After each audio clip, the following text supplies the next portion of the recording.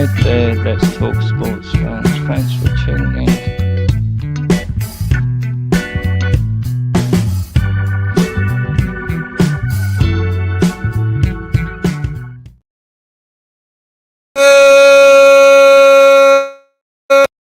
Good evening, everybody. Welcome to another great Let's Talk Sports show. I'm Bodkins. Man, it is wild weekend. The last time we had the LTS show was last Thursday. Friday, took my son to our very first NBA game. Saw the Lakers and the Memphis Grizzlies. Great game. The Grizzlies gave the Lakers all they could handle at the end. LeBron steals the ball. Windmill dunk to end the game. It was fantastic. Great. I watching that game. Yeah, I had a greater appreciation for LeBron, and you can still say at 38 years old, 39 years old, I think it is, 38, 39, he can still do whatever the hell he wants to do on a basketball court when he really wants to. He probably can't go and do whatever the hell he wants to do as much as he wants to do it, but when he decides, hey, I'm going to take this ball to the hole and do whatever the hell I want to do, I'm going to do it. He still got it, folks. He's still one of the greatest to ever do it. And I'm always going to be a Jordan guy through and through. But I just watching LeBron play Friday night in person, you're just like, man, this is, he can still do whatever the hell he wants to do when he wants to do it at times. Then on Saturday, came back. Saturday, UFC 300, incredible. I mean, if you caught any of that, you're great night of fights, just absolute great night of fights. I think what we'll remember the most of UFC 300 is Max Holloway pointing at the ground saying, right here, right now to Justin Gaethje, and them just going blow for blow, and then with 1 second left, Max Holloway knocks out Justin Gaethje. Then Sunday, enjoyed the nice Masters. Scotty Scheffler handles business. It was tied early, and then Scheffler kind of took over on the back nine, wins the Masters by 4 strokes. And then that brings us to today. Busy sports day. Jim Biringer will be joining us with the rest of the guys here in just a little bit, live from boots on the ground, live from the New Jersey Devils game, I believe. So he'll be joining us there as Lord Stanley Cup. Plus, we got a little into the wrestling. I want to get his opinion on the AEW fiasco Wednesday night. And Rhea Ripley just vacated the women's title. So there's that. Then on the back end, we got our favorite baseball coach, Jonathan Grishman, as well. And we'll talk a little Jackie Robinson Day today as everybody wears number 42 throughout baseball. So we'll get all his opinion on the past week of, MLB. So let's go ahead and we'll bring in our first, co-host, the guy whose birthday was yesterday, but he's such an asshole. When you tell him happy birthday, he doesn't even say thank you. He doesn't acknowledge you, doesn't say anything to you. But then the next person says happy birthday, and he'll say, hey, thanks, man. And then you say, what about me? Like you just don't exist. Like you guys aren't friends. So a man who is dead to me, but it has to join the show due to contract obligations, fulfill his commitment, but his contract won't be renewed once we get to football season. Give it up for Mr. Newly, 38-year-old Sam. Oh, my goodness. I responded in Twitter, not in text. I apologize. Goodness gracious. How are you, bud? I'm sorry. Don't call me that. It's Mr. Bodkins to you. Mr. Bodkins, Esquire the Third, twice removed, whatever. Lord Bodkins, as we should say. How are you? Another trip around the sun, Sam. 38 years, 1 year wiser. I made it. I don't know how I made it. I did it. It was hard. I did it. But, another year. Thanks for all the birthday wishes from everybody, even Nick. And, the wife got me a new Google Watch, so there's that. And we – It also says you're not an Apple guy. Oh, no, I've never been an Apple guy. If people are Apple people, it's fine. It doesn't – strike in the book for Sam. I acknowledge you, Nick. I acknowledge you. Levels above. Anyway, but yeah, pretty good day. I was happy to finally get a win against the Yankees, even though it was their errors that let me win that game. Great state, great food, great friends. Just anything anybody could ask for, really. So, thank you. All right, yeah. I'm not going to say happy birthday again to you because you won't acknowledge me that Okay.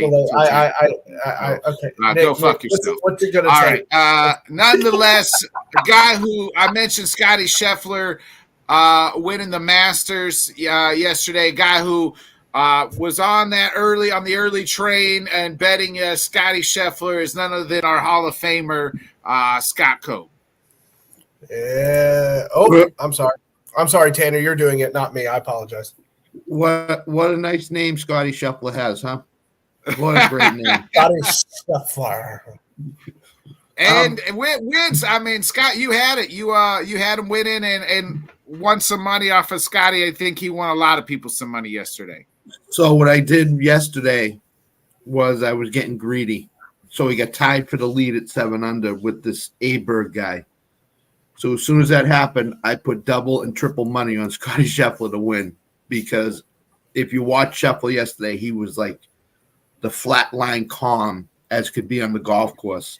As soon as I put that money on there, the next shot that Aberg hit went into the trees and to the rough. So I felt pretty good.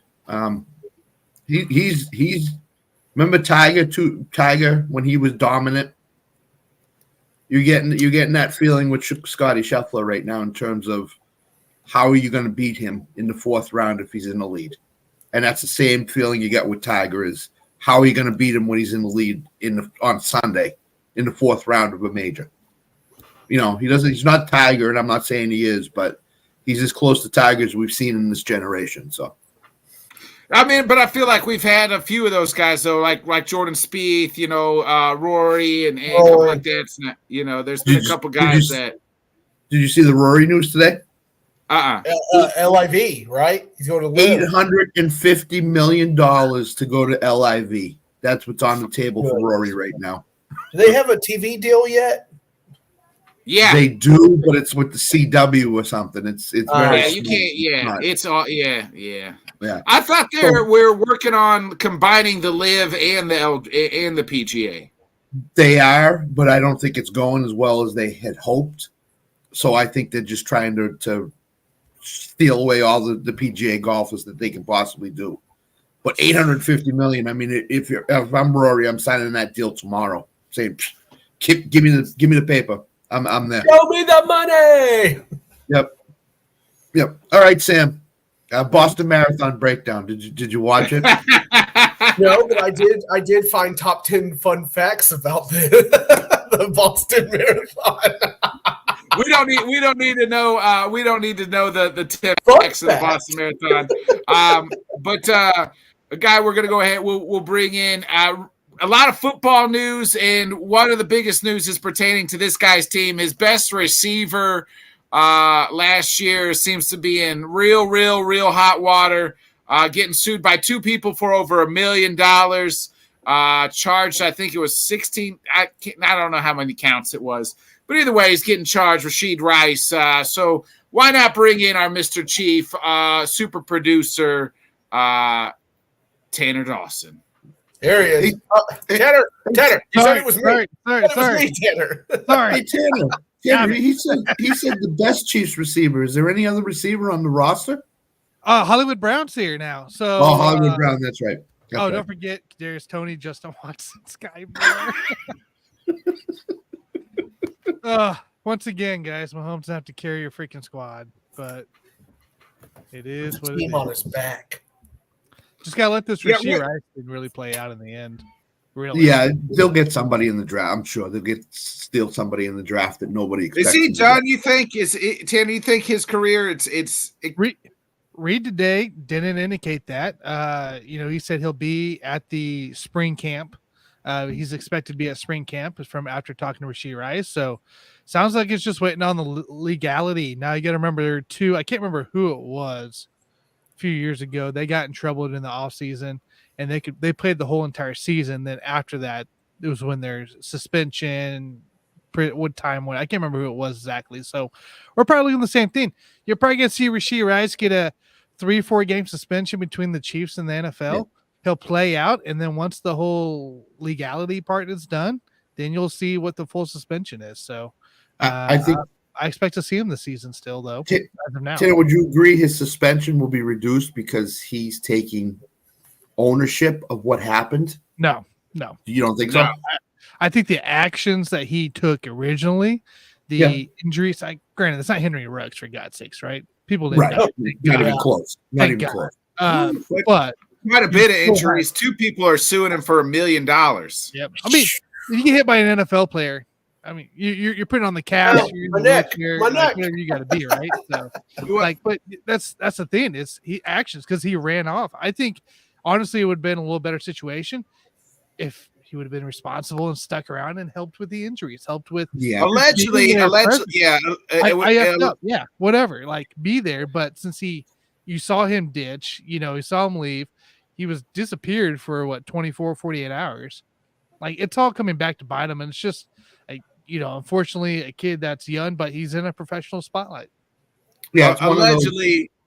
He was street racing, wrecked a car, left the scene, and even allegedly got some guns out the car. Allegedly. I heard there's some guns in the car. I heard allegedly a little bit of marijuana, but that's illegal down in Texas. The devil's lettuce. The devil's lettuce, damn it! And it wasn't much, but it's down in Texas and it's illegal. So it's all sucks to hear after what he turned out to be last year. And frankly, for me, I guess we're just letting Mahomes do Mahomes things, but I'm just gonna wait till this thing plays out before I make any strong judgments about the Chiefs and their situation. Yeah, let's stay in star wide receivers, our NFL wide receivers for 200, Alex. Not T. Higgins, but T. Higgins. The Bengals wide receiver says he expects to be a Bengal, even though he asked for a trade. I think he's come to a realization it's franchise tag this year. Sam, your thoughts on that situation there? T. Higgins, he really said he wanted to come back home to Tennessee or whatnot. We couldn't make that happen. We did what we could with Ridley or whatnot. But yeah, I mean, the franchise tag, still 10 million? Something like that? Oh, he's still I can pull it up here real quick. Yeah, I can't remember. I know I think it's a quarterback. It was 10 million at one time. He is that's Jamal. I don't care about Jamal. I didn't type in him. Anyway, the franchise tag. Okay, so $21 million tag. Woo-hoo-hoo! I mean, can't get mad at that. Money's good. I mean, he can't be that really upset to play for them. You know what I'm saying? He's got Joe Burrow there. He's going to get catches. He's going to make plays. I think he realized nobody was going to actually trade for him for what the Bengals want. Right. I'm sure they were asking quite a bit. Well, and I bet you there was trades out there, and I guarantee you nobody was going to give T. Higgins the deal that he was wanting to begin with, especially after a couple of injury-riddled seasons. Yeah. No, for sure. Allegedly, at that point in time, too, the Bengals called the Vikings and said, "Hey, we'll give you a first round. I think 2 firsts and T. Higgins for Justin Jefferson." And the Vikings said, "Allegedly, no thanks, no thanks." Well, Allegedly, the Vikings are weird about stuff. They've been trying to give up 3 first rounders to get higher in the draft and stuff like you've heard that last 2-3 years worth. Yeah. Well, they're trying to move up depending on whose damn mock draft you're reading. And as we all say, as I say every show when we talk about mock draft, it's more smoke than a Snoop Dogg concert. But they seem to be in on they seem to be on the kid from Michigan. What's his name? McCarthy.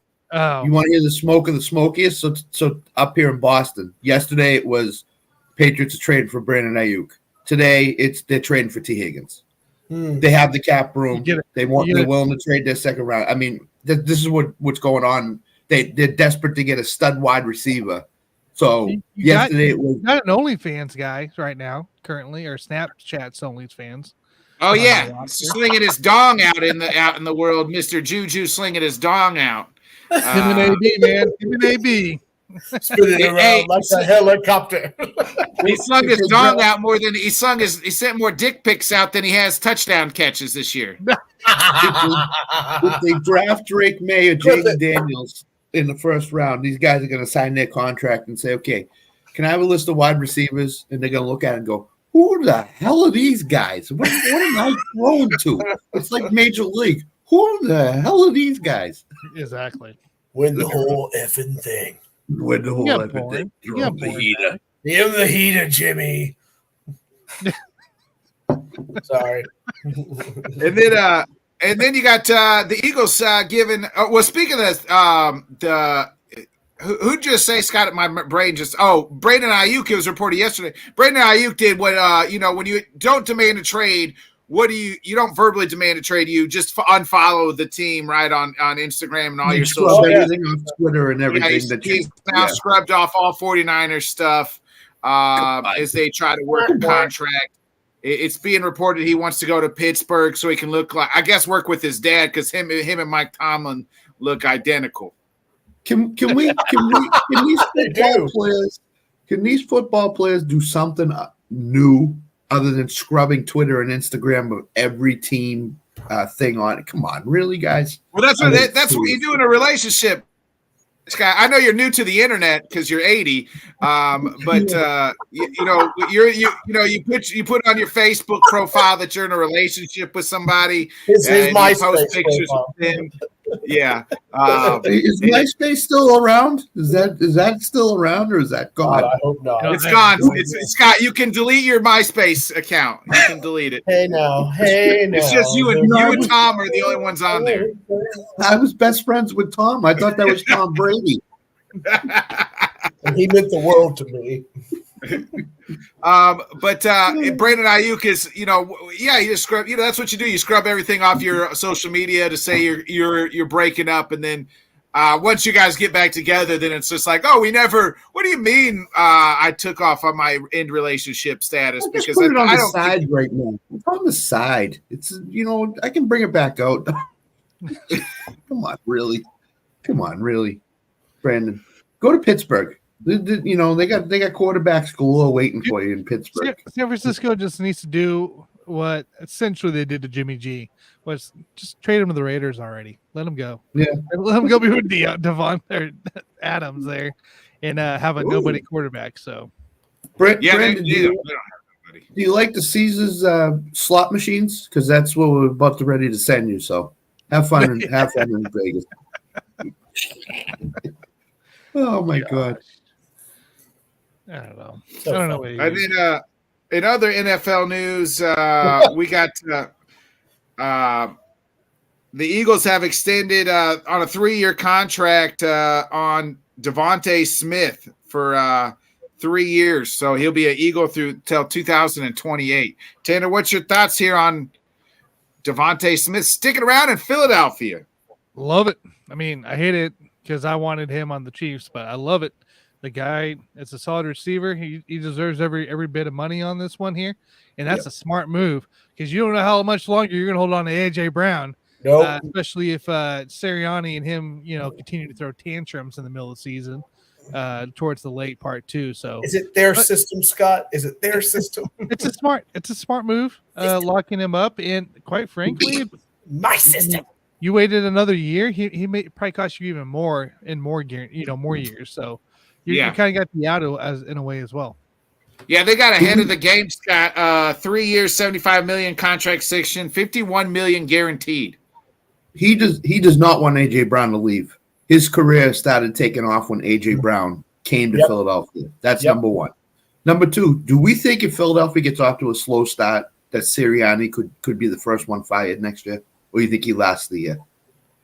I think he probably lasts a year, but it's going to get hot in the kitchen. It's going to get it's already hot now. It's going to get really hot if they're like 3-7 to start the season or something. It's not going to be pretty. it's not going to be pretty. I kind of hope for Because it. they I don't know. basically. Those Not fans good. are so patient, and they understand. Oh, the Eagles fan? Oh, absolutely. Yeah, absolutely. they're so kind and generous. They quit on the season big time last year. You know who they love? Santa Claus. They don't throw they do. batteries at him and beer. No, they don't boo Santa Claus. You don't boo Santa Claus. Come on. Yeah, you don't do But- that. What kind of animals are you? Great move for the Eagles. A young wide receiver, probably a top 20 wide receiver in the NFL right now. I'd say we're pretty close to it. You had to lock him up. You can't afford to let him get away and go to someplace like Dallas or Washington. And Have they already come back locked up? Yeah. Have they already locked up their quarterback? Is what's his name already paid? Hurts. Yeah, is he already paid? They already pay him? AJ Hurts Brown. is- They paid him when you guys traded him. Hurts. No, Yeah, Hurts. No, $400 Hurts. million. I think is Hurts. locked in. Yeah, Hurts has been locked up. He signed one 2 years ago. I think. Yeah. He's Okay. technically 2032. There's option bonuses, options after 2028. So Sam, for another Sam. 4 years. Sure. the Eagles now have Kenny Pickett as the backup, so they're set. For Oh, I don't know. They got rid of that stallion waiting in the wings, Marcus Mariota. I don't know how they're going to survive now. Well, Where did I he- mean, guys, technically the Philadelphia Eagles right now, according to Spot Track, and I'm assuming the Devontae stuff's already in this here because they had it on there. Mm. They're sixth most in cap space. Whew, not bad. Sixth most still have left. Yeah, you got to think guys like Fletcher Cox, guys like Haskins, right? Or was it Haskins? yeah, they Who left, right? Rashad, got paid. yeah, They traded what's somebody his to name? the Jets. The linebacker. Yeah. What was his name? Who did they trade to the Jets? I forget. Rashad. But no, Taylor was close on the name. Was that my He wrong played on for. that? He's played for a bunch of teams already. yeah, they Hassan did. Reddick. Hassan Reddick. Yeah, Reddick. That's what I was thinking Yeah. of. Yeah. He went to the Jets. I think Lane Johnson's basically on his last year or two before he's gone. Yeah, So gone that'll is free up- Kelsey that'll as free up well. money. I mean, Yeah. your big cap hits right now is Lane Johnson with 15, Jalen Hurts with 13, AJ Brown with 12, and Darius Slay with 10, Jordan Mailata with 10, and Kelsey's still on the books technically too for this year, and that's another 10 still. So Yeah. until that comes off, I mean that frees up another 10 mil right there once that comes off. Chump change. I Find that actually- little pouch. I actually think the Eagles got a cap-friendly deal with Devontae Smith, so to speak, or a No, hometown I think discount. so too. What Yeah. they were talking about on McAfee today was that they got ahead of the game because the cap's only going to go up, so these young wide receivers are only going to ask for more money. So you got ahead of the game by restructuring Devontae's deal right now. So you're almost paying him under what he could be worth or what he would ask for, and just say when his contract ends. I want to say what these young receivers want is just a long-term deal. The money is not secondary, but if it's commensurate with what they think they're worth, I think they'll something- as long as No. the guaranteed, you know what I mean? The guaranteed money.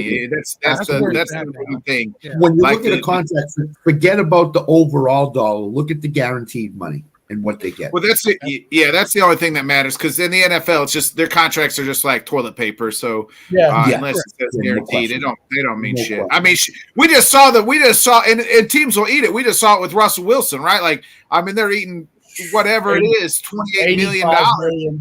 85 million, Jesus, $85 Yeah. million. Yeah, and then they got a decision to make with Justin Fields. I think is his option going to be picked up, or are they going to sign him to a long-term contract? What are they going to do with him? He's in the last year of his deal, so he's got $25 million next year if they pick up the option coming to him. So I don't know. Or what maybe they Pittsburgh- work out a deal like the Packers did with Jordan Love this past year. Yeah, Hey, we're going to sign you to this amount and this amount. And they're looking at, from what I was reading too, the Packers are close to a deal. They expect it to be done before the season starts to extend Jordan Love to make him one of the top 10 highest paid quarterbacks. So you have to. You can't let Jordan. I mean, this is last year, Jordan Love. yeah, Or this be a would have been one his guy. last year. Yeah. He Yeah. signed like So- last year before the season started. They didn't pick up his 5th year option. They pretty much signed him like a 2-year deal. So it was like, hey, we're going to sign you to a 2-year deal. It's team like prove it to us. You know what I mean? Like it gives you a 2-year type thing to kind of prove it to us. So. Yeah, and I think these organizations have an idea where the cap is going in the next 3 or 4 years. They can void Jordan Love after this year and not have any cap hits. Okay. So. Yeah. Plus, I think they have an idea of where the cap is going in the next half a decade. Oh, it's only going to go up. Green Bay did smart too. Let's say Jordan Love takes off again this year, right? You're still paying them now. You paid him more last year, right? For $3.3 mil. Now you're paying him 1.7 and 1.7 for the rest of his contract if you keep him. That's your signing. His cap hit isn't. I mean, this year it's much because it's big. The prior time of the deal, but after that, it's chump change for NFL. Well, that's what I'm saying. They're reworking his deal to give him extend him to make him one of the top 10 highest paid run quarterbacks. Do we have how Jordan Love has done in Brazil in his career? Because I'm very interested because they start in Brazil against the Eagles. Like at soccer or they start in Brazil. And so the funny thing I heard is loser has to go is with the cartel after that. So he'll do just fine, Carlos. Stop being jealous because we actually draft and develop quarterbacks in Green Bay, unlike any franchise in New York. So. Carlos, it's not Jordan Love hating season yet. We got 3 months, 4 months, then we get back into it. So let's step out of love our viewers. and I think that Jordan Love in the last 6 games of the year last year showed that what he can do as a NFL quarterback. So I think he's. Thank you, Scott. Thank you. I know Tanner wants to hate on him and everything else, but the that's August time frame, dude. I'm gonna let it sit for now. So it is August time frame, and we'll move along to NBA. It is NBA season, folks, because the NBA playoffs are about to kick off. I believe they got the play-in matchups. I'm trying to pull it up here. Listen, I was looking at box scores for baseball. Tomorrow.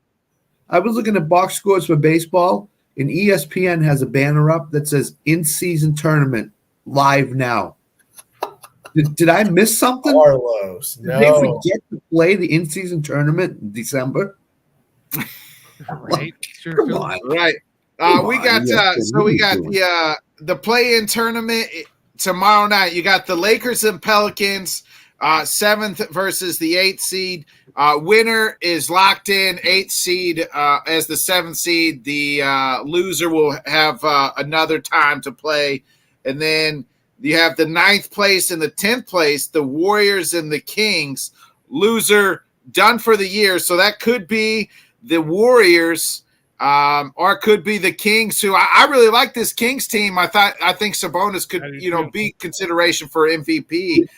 There is no way the NBA wants Steph Curry losing in the play-in tournament. There's not a chance. It's gonna be LeBron James, Steph Curry. Gotta have that in the final. Yeah, well, that's what I was. Do they want that as the final, like the Lakers, Pelicans win, Lakers lose, Warriors lose, and then you get the final spot? And they were talking today, and it kind of makes sense. The Thunder are the 1 seed. The Nuggets are the 2 seed. Who would you rather play? You would probably rather play. If you're the Lakers, you don't want nothing to deal with the Nuggets. And unfortunately, to deal with the Thunder. I like the Lakers. I like all 4 of these teams' chances better against the Thunder than I do the defending champions. I would agree. Because this is my first year following the NBA. So if 7 and 8 play each other and 9 and 10 play each other, then Indiana's the 6th seed. Who do they play then after that? Indiana's locked side of the bracket shortly, Sam. Okay, so we're on the other. They're locked into Milwaukee. They have Milwaukee. Okay, all right. That's what I was trying to figure out. Yeah. So what happens is 7 and 8 play. The loser of that game plays the winner of 9-10. Okay. All right. And then, the 7-8 winner is in as the 7th seed. Okay. No question.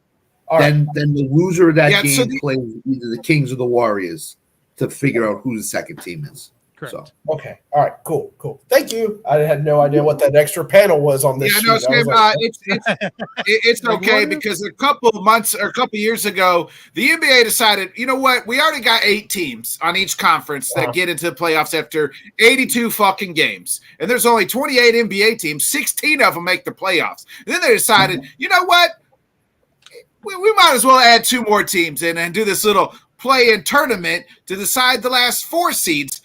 2 seeds on each conference to get in, so or more teams to get into the playoffs because that's what we need. So 20 of the 28 teams get into the playoffs, kind of, and I hate it, absolutely hate to be it. honest with you, Nick, in the East, I think they should just put Detroit and Washington in the 7 and 8 slots and say So- screw it. I was going to ask this guy: how nervous are you? Don't want the Heat? You want the Heat to get the 7th seed, or are just completely gone? The one team, and I said this on the newsletter with Alan Sunday night, the one team I do not want to see, Miami Heat. Yeah, I don't want to see them. I don't know. I just don't. I just don't think the Celtics match up well with the Heat. I think it'll be a 7-game series, and I think playoff Jimmy, as you said in the comments, Nick, we don't want none of playoff Jimmy. I don't want to see that guy. Don't let it Let him erupt. go. With, Don't let it yeah, let him erupt. go with the 7 seed and beat the Knicks in the first round. It's funny you talked about the seating, Nick, because the first time I looked up NBA seating in my Google search, they're like, the seating sucks and here's why. Like it was just article after article, like right out the gate. And I was like, okay. So the one thing I found out immediately was that nobody likes this. The one thing with the Celtics that gives me a lot of pause is if the game is close in the fourth quarter, they wilt. They don't play well. They can't perform in a tight game situation. They're going to get that in the playoffs at some point. They better perform because if they don't make the NBA Finals this year, there's going to be some heads rolling in Boston in terms of coaches or whatever. So, Carlos, you say that you say that Miami's not the same. We say that every year, but there's something that happens to Jimmy Butler and that team in the playoffs. It just whatever it is, that's when they turn it on the most. Carlos, there's one team that's perfectly happy getting in the play-in tournament. It's the Miami Heat. They don't care. Oh, put us in the play-in tournament. We'll play in the play-in tournament. We don't care. We'll just beat whoever's in front of us, and that's it. And we'll go to the regular tournament, regular playoffs, and we'll beat whoever's in front of us. Just the way their mindset is. So, and Carlos, I don't agree with that. I think Porzingis is the key to the Celtics this year. Last year Yeah. was having that solid big man. Robert Williams was hurt going to the playoffs last year. No. Never was the same from when he was in the season the whole entire time, and it Right. just killed you in the end. Yep. You had nobody to go against what's his face for Miami. So That's why Porzingis has been played very sparingly in the last month and a half of the season, or played when they thought it was a bigger game. Yep. Because they don't want to get him hurt for the playoffs. No. So I mean, Scott's all in on the Heat. You want the Heat to win against the Sixers in that 7-8 play-in game. So I who do do you because- want? Smoke, Scotty wants it so Philly, bad. Chicago, or Atlanta? I think Chicago would be a much easier time than Atlanta would be. Oh yeah, we suck. The Bulls suck. I mean, Atlanta sucks I too. can't believe They're they talking weren't playing, about. dude. I looked at it last they're time a couple weeks ago. They weren't. Yeah, we played Atlanta I mean- last year and won 6 games. If they get on a roll shooting the ball from the perimeter, they're a tough team to beat. Chicago. The Hawks are they talking didn't about know. blowing it up, trading either Deontay Murray or Trey. The Trey Young Well, to they've been Houston. talking about or a trade for 2 years now, and they still haven't pulled the trigger. I think it's because they keep thinking that it's going to turn around, but it's not. He's either going to Trey Young's either going to get traded to Houston or the Lakers. That's what I've heard. If he gets traded at all. Now, as Tanner said, the last 2 years they've said he's gone. He's as good as gone, and he's still there. Beginning of So. the year, last year, they were like, "Oh yeah, look at this trade bait," and it Yeah. nothing. Instead, they got Murray. Yeah. So yeah, I don't think they're ever trading him. I think he's a Hawk for life, to be honest. with you. I don't think he's a Hawk for life. I think it I don't eventually think is so. going to go. Nobody's anything for life these days, but no. especially in the NBA. True, Yeah. but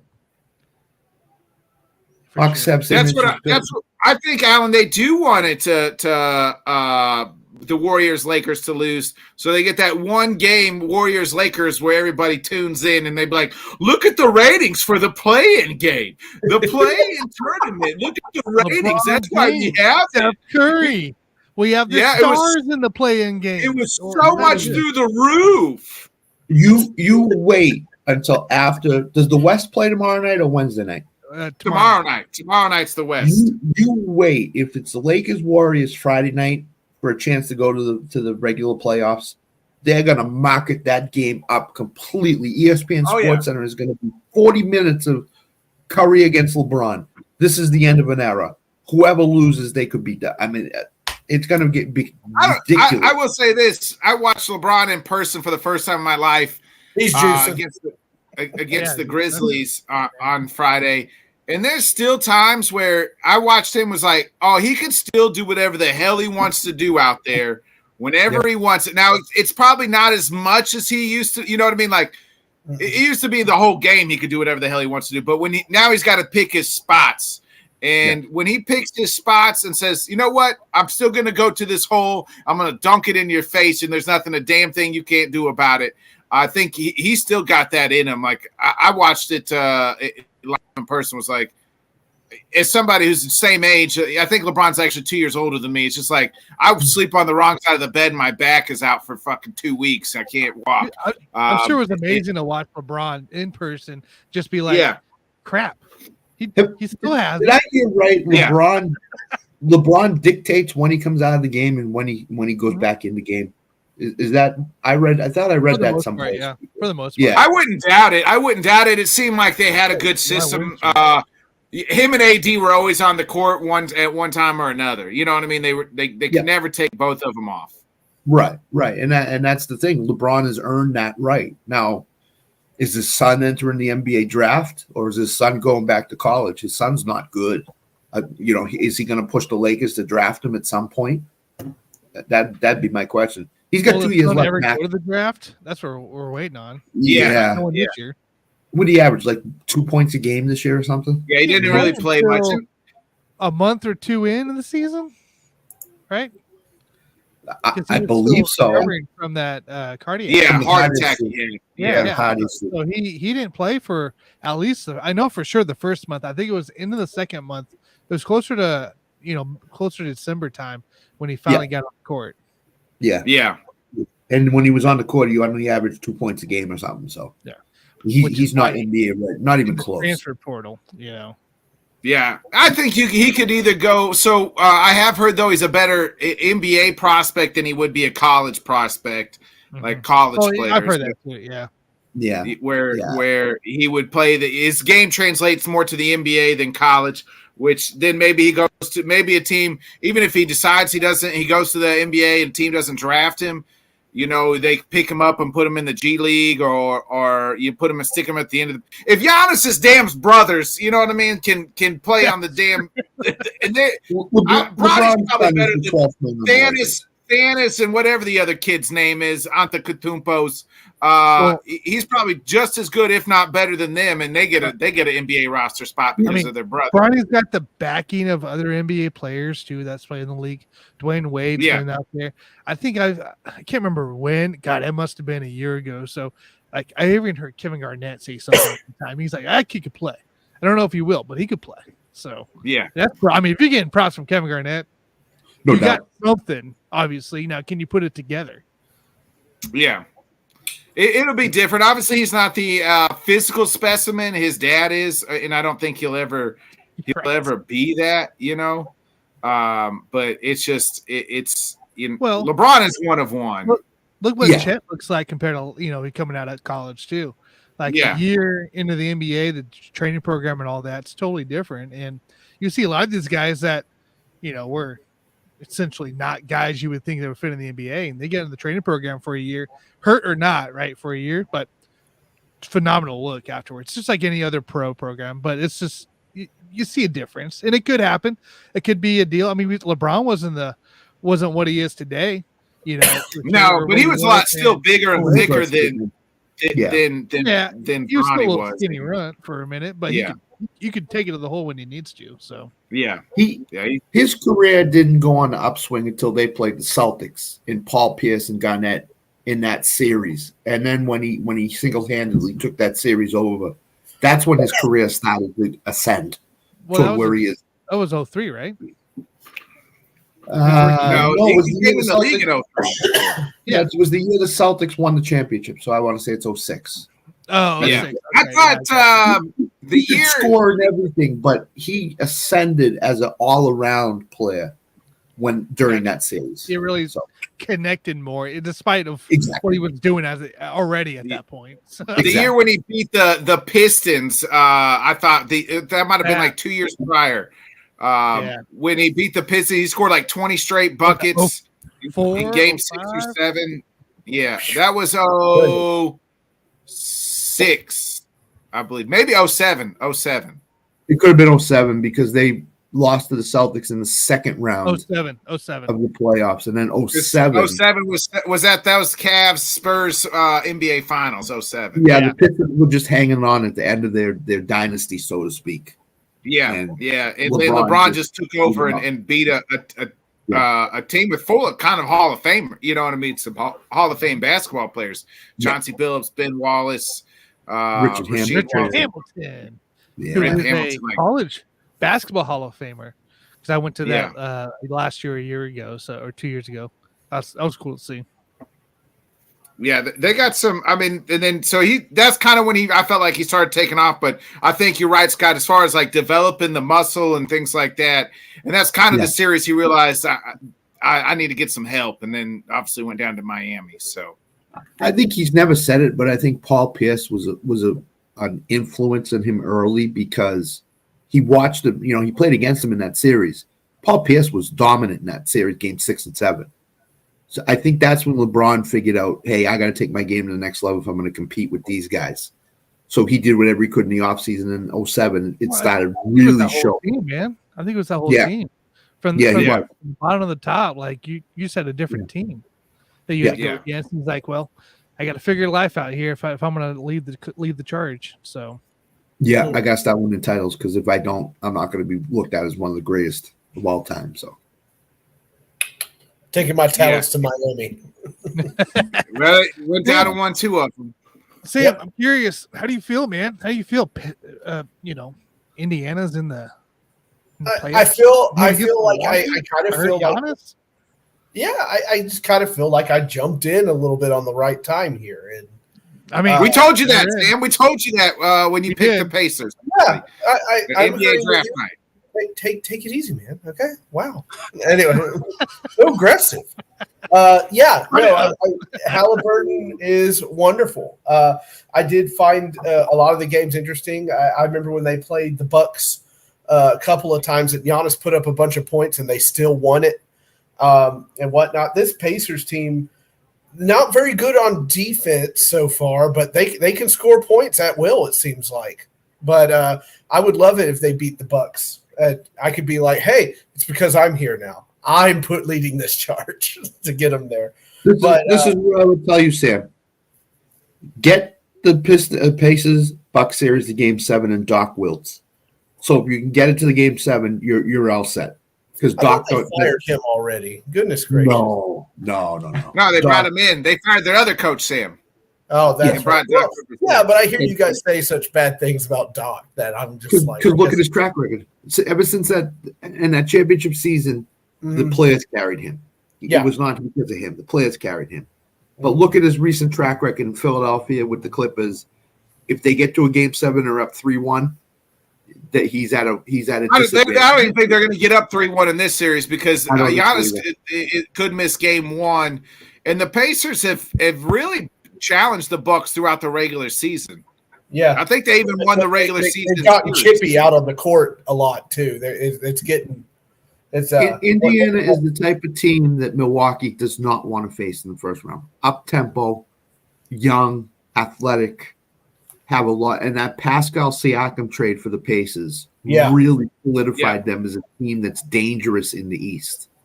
So, I just think the Bucks drew the worst possible, and they laid an egg against Orlando in the season finale. They just laid an egg.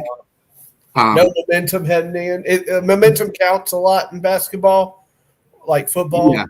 There's no momentum. Milwaukee, since Doc took over, I think has I want to say the 16th best record in the NBA, which is not where they want to be. But Doc swears they're on the right track. Defensively, they're getting better and stuff. No, they're not. They're not. They're just not. As far as I'm concerned. Before I ask you guys, Nick, 1-4 this year. 1-4. The Bucks are the Pacers. Didn't the Bucks lose to the Pacers? Won 4 times.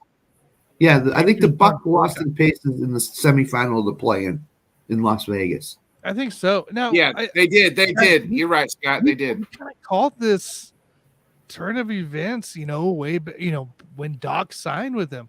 Nick, I know you weren't a supporter of it. I wasn't a supporter of it. I don't think anybody was. Scott wasn't. None of us really liked the move. No. And we, again, and this is what I've spoken on the Buffoons with JG, and I don't know. I can't remember if he believed me. He probably didn't, but it came down to the discipline of it, holding players accountable. Yes, I realized their first coach got canned because of player incidents, but it sounds like he was trying to hold them accountable. Doc Rivers doesn't do that. He doesn't do it.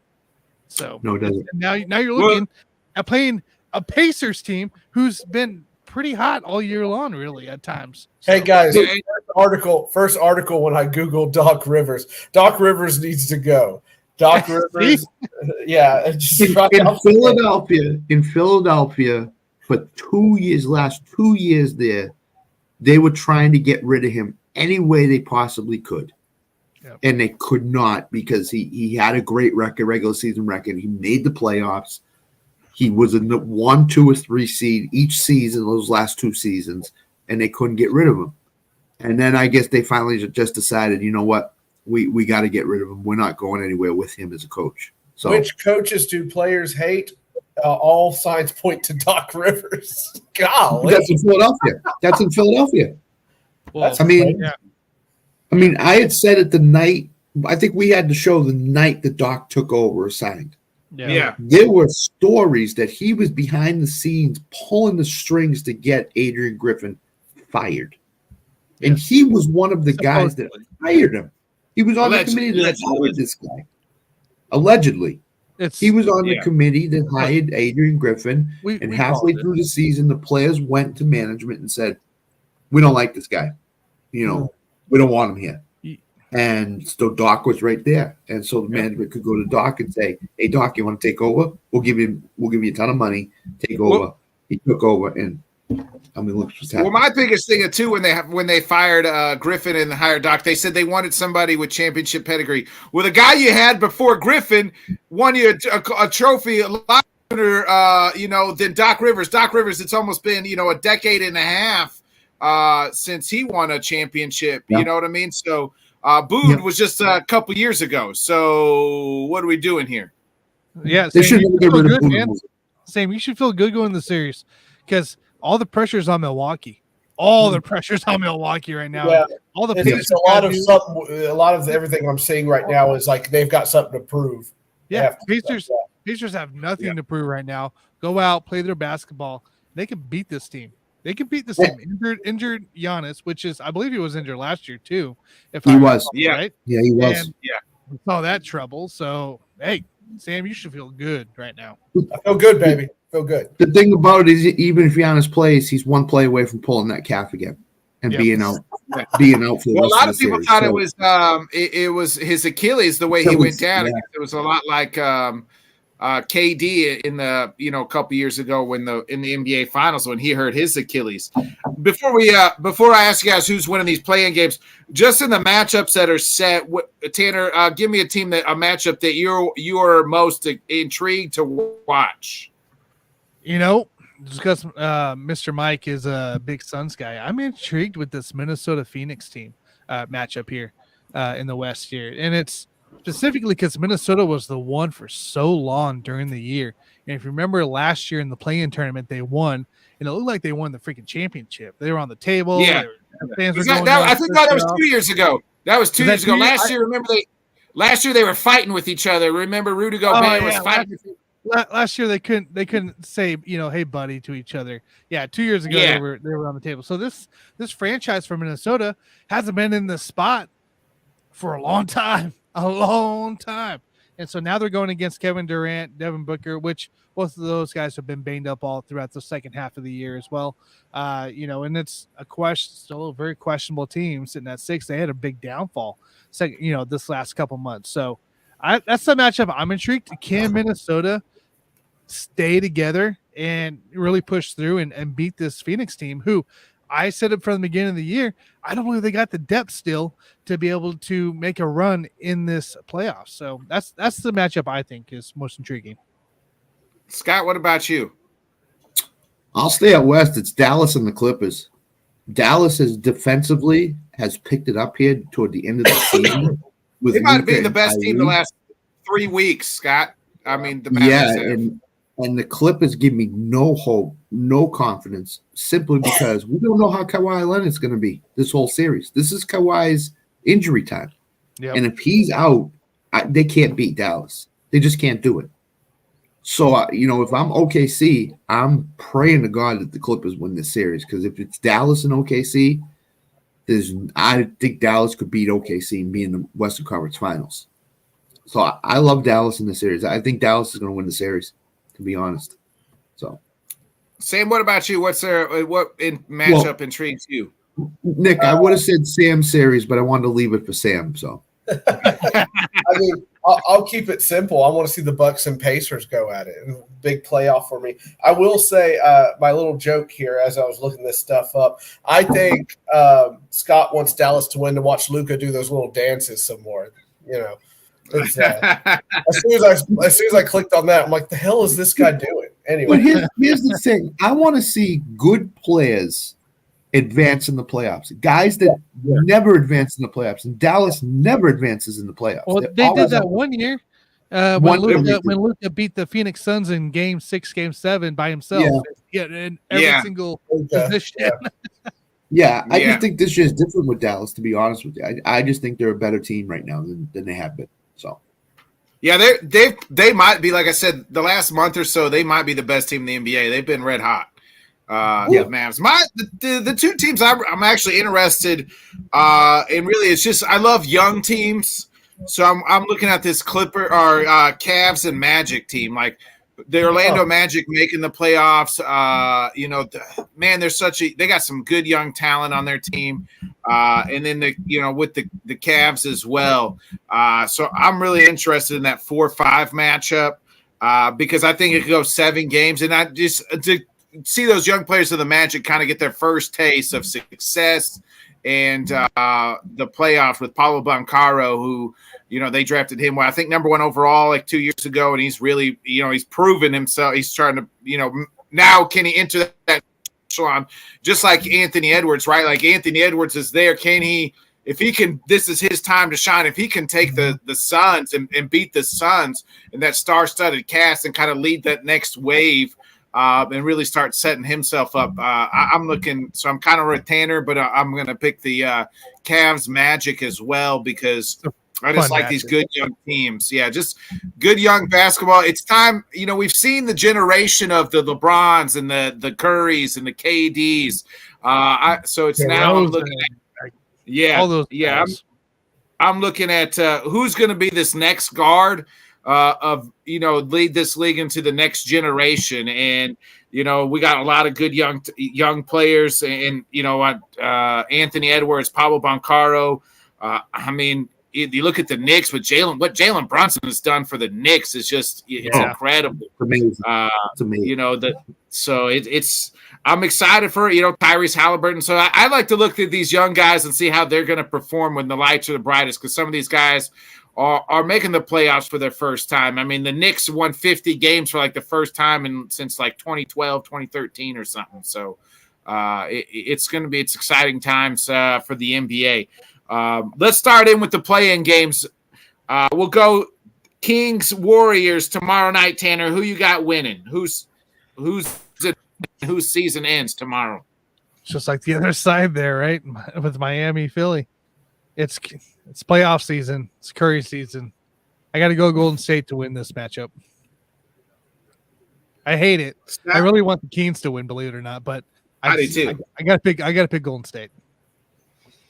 I want the Kings to win too, but I just go back to last year's series where Curry just took it over. Yep. And Sacramento had no answers for that. And Malik Monk for Sacramento was out for the season, and he's their sixth player off their bench, and that could be a huge blow to the Kings. It's a massive blow. It's massive. So I'm gonna pick Golden State, even though I'd love to see Draymond get his medicine and lose in the first playing game. I just don't think it happens. So I like Golden State. And I'll get to if the Warriors lose and their season ends here in just a second. Sam, who you got?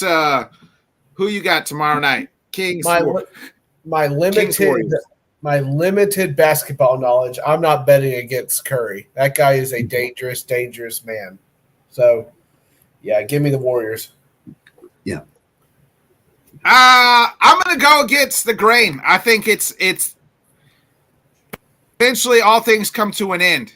And all great things come to an end, and that's, the Curry, Draymond, and Klay Thompson era. It may be Steve Kerr era. It comes to an end tomorrow night. Give me the Kings, baby. Nick, you've been on Sabonis for the last month and a half.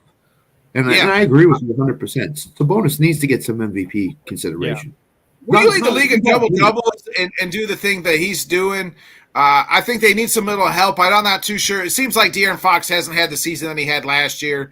I like Kyler Keegan Murray as well for the Kings. So they got a nice squad there. I just hope they continue to build. But Sabonis has been great. Let me ask you before I ask, if the Warriors lose tomorrow night, we close this chapter of the Warriors, Scott. Yeah, I think you do. I think Klay Thompson will be traded or gone. I don't know if Draymond will be gone because his contract is just too much. It's too much. It's too much. $25 million a year, basically. Nobody's taking that. No. But he's a jerk. Nobody's taking that. No, and he not only is the contract enough, Sam, he is a jerk. He is a jerk. The reason why he got the contract is because Steph Curry wants him there. And I don't think so anymore. I'm not too sure he wants him there anymore. At this time last year, he did. Right now, I wouldn't say that. But I think Klay Thompson gets traded. I think a couple other pieces get traded. I don't think you're going to see the same Warriors team back next year as they leave this year. So, how long is their string of dominance here? Like it started to dwindle last year. To dwindle last year, but before that, it was what? 12 years? 10 years? 2015. They won the title in 2015, their first one? Yeah. So 2015 is last year, really. I mean, they won 4 titles.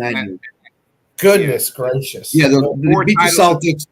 They beat the Celtics, 3 years ago, and they've steadily gone downhill since then, basically. So it's still winning. Maybe 2 years ago. 2 years ago. 2 years ago. 2 years ago.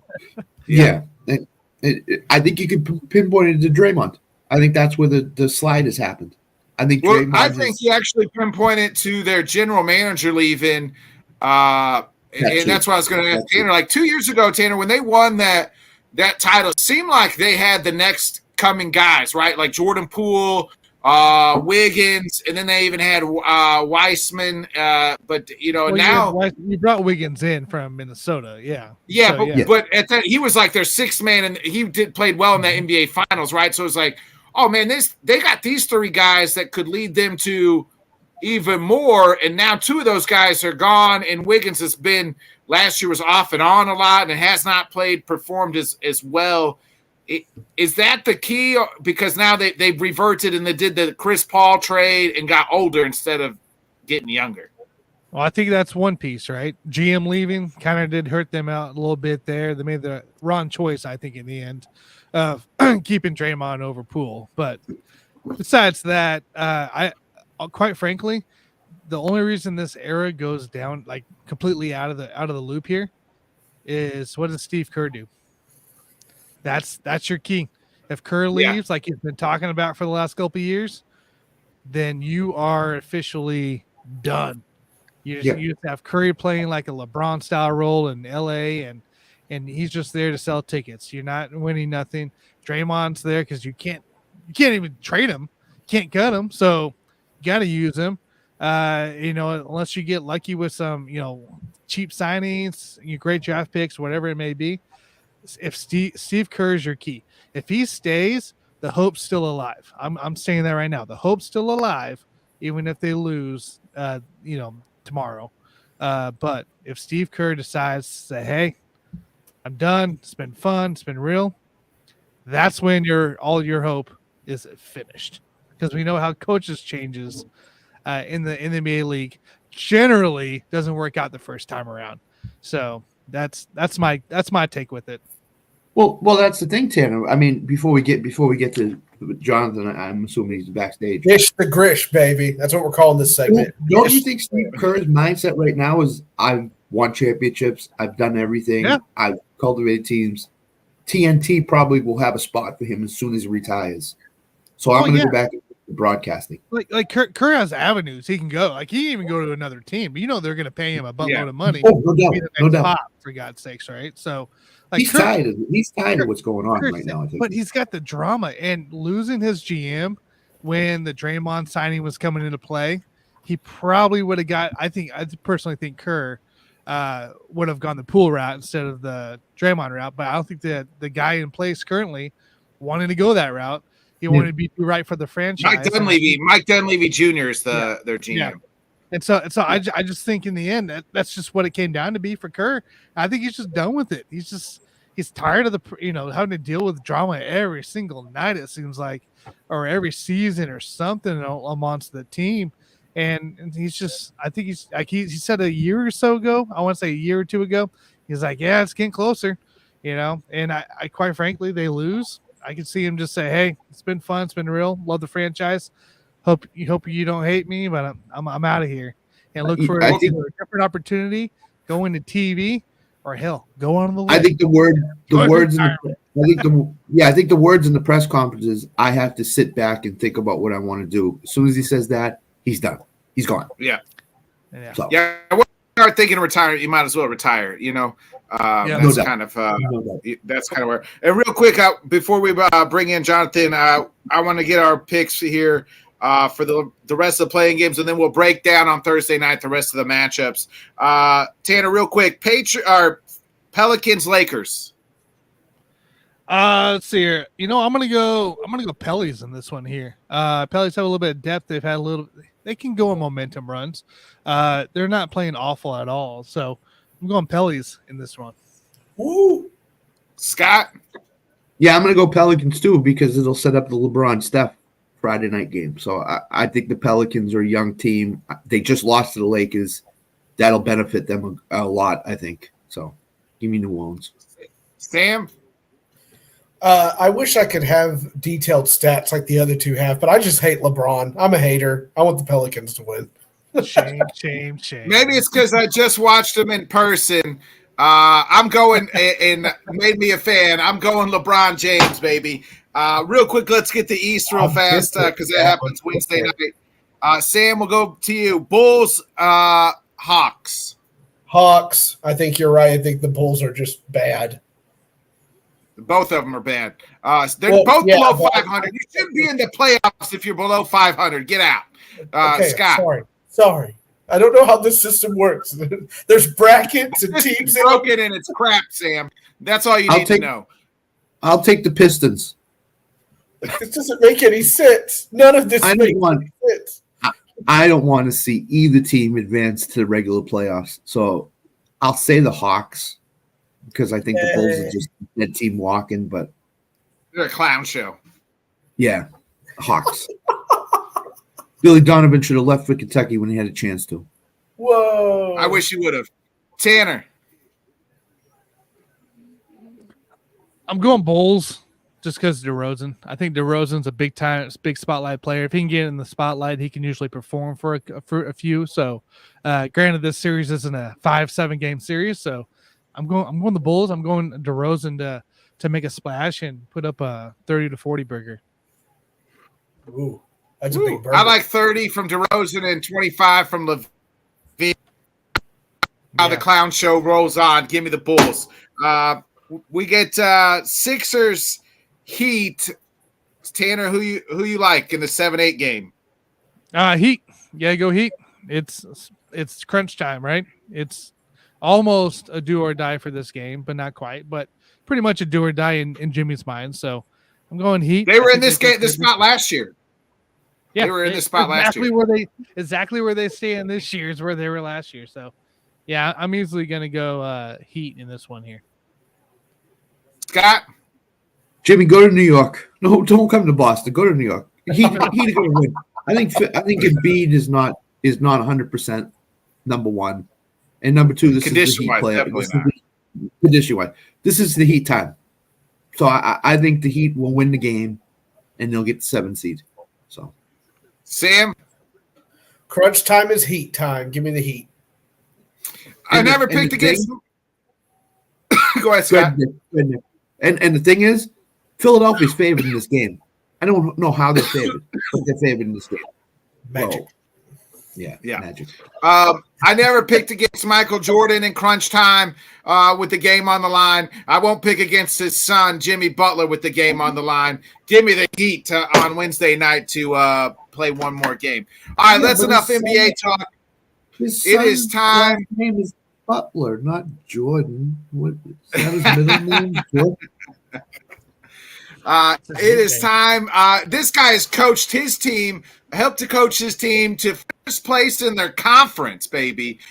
First place in the conference. And he joins us to coach us up in the world of baseball every Monday night.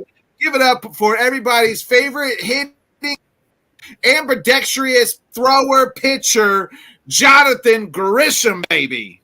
There he is, people. Dish the Grish, everybody. Dish it. Oh. How's it going, fellas? How's it going? It's going great, Jonathan. It's going so well. And the Guardians beat a minor league team in the Red Sox today. They didn't have to get after the third inning. Jesus I Christ. thought Crawford did well. Carter Crawford pitched really well, but they can't hit the ball to save their lives. They're awful. And I'll say this real quick, off topic on that. I feel like Scott and I have this the Ohtani interpreter situation going with him turning my picks that I give for him to go and win money and everything. I feel like we have a little bit of a thing going right now with that situation. So I'm happy to provide opportunity. I'm happy to provide prosperity to you, Scott, with some of the picks that that you have turned. Anything you want me to write down, I have. Hey, listen, Jonathan, last Wednesday on the baseball show, we opened with who Jonathan thought would win the Masters. He picked Scotty Scheffler. And I tripled up. Hey, I tripled up. Jonathan, I'll submit your resume to Ohtani. He's looking for new guys, if you know what I mean. Yeah, so. new better guys. Are you willing to take a fall, Jonathan? That's the number one rule. If things get hot in the kitchen, are you willing to say you did it? Oops. I have a price. I have a price when it's all said and done, though. 16 million? Is that the price? Oh, no, 60 million's peanuts for Jonathan. It's got to be a lot more than 16 million. I mean, Ohtani just signed $700 million contract, right? I'm gonna need close to $100 million. He can't. $700 million. I said this: 5% of the contract, actually 5% of all earnings earned through the whole career. That's endorsements, contract, anything. 5%. See, I'm a little greedy. I'll take 10%. Are you going to put it in a special account that only you can access? And it's going to be under my mattress. It's going to be under my mattress. So yeah, it's only you can. Yeah. Hey, speaking of that, so here's I don't know if you guys saw it, but I was listening to Kevin Garnett. I think he was on one on the late night shows. I can't remember who it was, and he said when he first got into the league, he didn't trust bank accounts. He just never had a bank account. Never like I would get a check and I would get my money. I would put it underneath my mattress, and I was dating this girl at the time. I knew how much. He's like, I knew how much money was in my mattress. I told her, hey, you ever take IOU how much you took, so I knew how much, you know what I mean, was supposed to be in there. And they said, well, long story short, me and girl broke up. It was the there, and I had to put my money in the damn bank account. So I think, if I remember correctly, I think Shaq said he had money in shoe boxes when he was younger, when he was like coming up from college. He had in shoe boxes, and his financial advisor called him an idiot and said, "Go put your money in the bank." So Jonathan, nobody will know this name, but who's Vine's first name for the Braves? Is it Darian? Darius Vine. Tell me about him, because he started tonight for them. He went 4 2/3, gave up a run on 4 hits, 3 walks, 4 strikeouts, which is pretty good in his first start. So, yeah, he pitched a handful of games last year for the Braves as a rookie. So, and he's just going to get a chance to get called up now. They're going to really what they're doing is they're just going to rotate minor league guys depending on when their start is in AAA.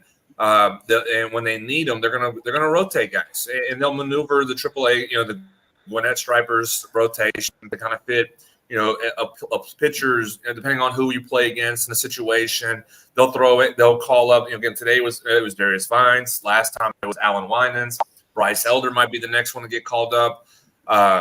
AJ Smith-Shawver might get a chance to get called up. Owen Murphy, maybe at some point we might actually see him get a chance to see what he can do in the big leagues. So they're just going to rotate guys right now, at least for a month, and just like I said, kind of rotate, keep things going, kind of evaluate what you have in the minors, because it's also the side of it too. They're also auditioning for potential trade opportunities. Where if you have someone who's pitching really well in the big leagues, you can go to one of those teams that are not contenders. And I got a kid who he can pitch in the big leagues pretty well. You're gonna want him, and you're gonna want him in your rotation. He can eat innings. He can compete for you. So it's an audition at the same time as you're helping the big league club that you're on right now, and try to go win games. And so far, that's what they're again they're up 2-1 right now. Vines pitched really well. I think they would have rather finish that last inning, but you give your team a chance to win a game. And that's what Vines has done. Now you turn it over to the bullpen, which we've seen, and at times the bullpen is one of the best in baseball when they're on. We saw that against Arizona just a few weeks ago, and they're holding the Astros. And I know that, and to be fair, is this the same Astros team that we've seen in years? This is the same Astros team that we saw the Braves in the World Series in 2021. Hey, Astros, there's still some. They always think early, though. They always think early. Lately, yeah, that's what I'm saying. Like they're still a good lineup. You still have a Jose Altuve. You still have Yordan Alvarez. You still have Kyle Tucker and Alex Bregman. You have Chad. You have a lot of good hitters on that lineup. And Darius Vines gave his team a chance to win a game, and you're turning the bullpen over right now, and you're going to see what they can do. So, I'm very pleased. Again, is this a potential long-term addition for Vines to be in the big leagues? No. Like I said, in 5 days, we will see someone else get called up. And they're going to continue rotating arms and kind of give them a chance to see what they can do in Atlanta. Oh, by the way, Tanner, the Royals won tonight 2-0, so another win for the Royals. That's right. So. That's right. Hey, no. I will say young teams for 200, Alex. Jonathan, what are the Pirates doing with Paul Skeens? This guy is 3-0 already. ERA of 0, 9 innings, 19 strikeouts, and a whip of 0.64. I mean, I think he's ready for the big leagues, my guy. You should know better. He's a Louisiana boy. Yeah, I am waiting for him to be in the big leagues. I think everybody in Louisiana is waiting for Paul Skeens to get the call. I mean, the hype around him in Louisiana, I'll go in comparison, is very similar to when Joe Burrow got drafted to the NFL.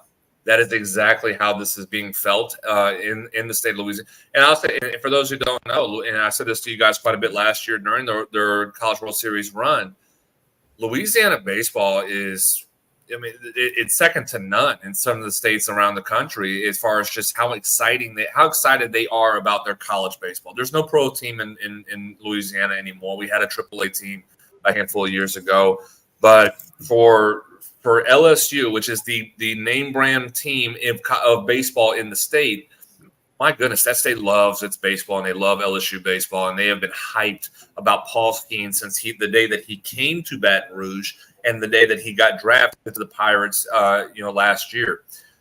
What the Pirates are going to do at the moment right now, there's no reason to rush him, though.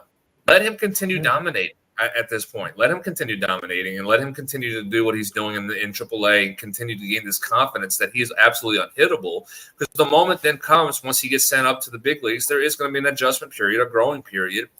But if he continues to just build himself up and doing what he's doing in AAA, by the time he does get the call, and you're hoping it can still be a contending style team, you just plug him in, you go. So if you try to use him in a situation where for the Pirates, you have to do it right. If you're struggling at a point, you almost have to sit there and go, do we want to rush him now and try to exert some energy and life into our club like we saw with Ellie De La Cruz with the Reds last year? Yeah. Or do you want to say, well, if we're struggling, do we want to put him on a team that's struggling and kind of have him regress a little bit? There's a little bit of a fear in that. The hope is we're on a team. We're a team that is contending and we're growing and we're playing really well. And we're just going to throw him into the rotation, and he's going to continue this ride with us through this second half of the season. I would like to think that the right decision is to wait till June, which I think is going to happen anyway. I don't see them making the call too early. I don't think it's going to make it because obviously, Jackson Holiday being called up right now. It hasn't gone great right now. I didn't understand doing it right now for Jackson with the Orioles. You started his clock. You started his clock right now on service time. Pirates are cheap in the aspect of we're not going to wait. We're not going to do it now. So we're going to wait till the service time is against us. But I think Jeff Passan was saying in the same part, it's already passed. But if they wait till June, they save like $10 million or some shit. Yeah, and I think the other thing, Jonathan, and I don't know if you agree with this, is I think the mindset is also once he's called up, we don't want to send him back down again. He's here to stay. Correct. I don't know if the Pirates are thinking that way too, but I mean, I would think go back to when Steven Strasburg got called up to the Nationals, and that's again, there's a comparison of Strasburg and Skeens. When he got called up, he was there, and you're hoping to continue to grow and develop him while he's in the big league. So, yeah, let him continue to grow right now, and then by June, when he continues dominating AAA hitting, he's ready, and he is forever a Pittsburgh Pirate. He will not be sent back down to Indianapolis. He will continue. We will finish his development in Pittsburgh. So yeah, that's going to be the mindset to do so, and really make sure that you have your ace of the future ready when he gets that call. Yeah. So I'm going to go to Tanner's Royals. Talk about what you've seen with the Royals so far, Jonathan. And I'm impressed with what they're doing. Their pitching staff has been better than I thought they were going to be with Lugo and Reagans and those guys. Talk about what you see with the Royals and if you think they can sustain this for the long term through the season. You got to be happy. You got to be. If you're a Royals fan, you got to be very happy to see where you're at right now. Again, 3 weeks into a season. We say this about everybody right now. That's what we just said about the Astros. At the moment, they're 6-11, and right now they're down 2-1, so they could be 6-12 here in about an hour. But even for the Astros, you have to temper expectations. It's only been 3 weeks. So at some point they're going to turn it on and be the good team that we know. And a team like Kansas City, where they have exceeded the expectations tremendously, are they going to fall back and kind of be the Royals that we expected them to be? Where you've seen growth. You were wanting to see growth as a Royals fan of your team, and you have seen that so far.